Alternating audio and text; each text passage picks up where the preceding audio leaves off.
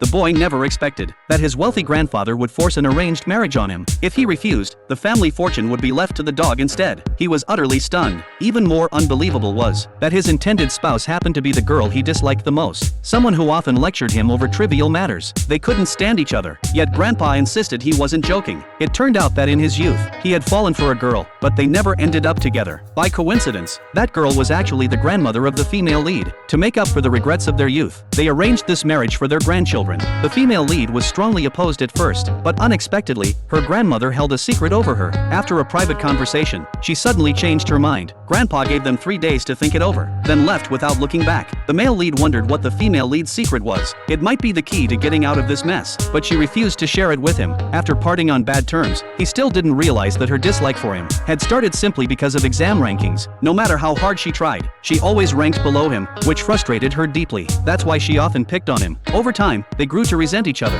The female lead gently broke the news to her best friend, who surprisingly advised her to agree for now. After all, the wedding wouldn't happen until after graduation, and things might change by then. Coincidentally, the male lead was also asking his sister for advice. She too suggested he agree temporarily. 3 days later, both gave the same answer. They were willing to marry, and would register after graduating from university. But neither expected that Grandpa had no intention of waiting until graduation. He wanted them married now. Not only did he submit the marriage registration, he also kindly prepared a newlywed home for them. From then on, they had to live together. With that, Grandpa drove off, leaving no room for refusal. And so, their cohabitation began. At first glance, the female lead thought the place was nice, spacious with several rooms. If they lived separately, it might not be so bad, but she never imagined the entire house had only one bed. The male lead immediately called Grandpa to ask why. The reply was simple. Isn't it natural for married couples to share a bed? He even strictly forbade them from sleeping on the sofa or the floor. The male lead suspected hidden cameras, but none could be found. Left with no choice, they started unpacking. By the time they finished, it was already late at night. Afraid Grandpa might be monitoring them somehow, they had no option but to share the bed. On the first night, they tried to keep their distance, but Grandpa had anticipated this. He purposely bought a small bed. The male lead could clearly feel her body warmth against his back,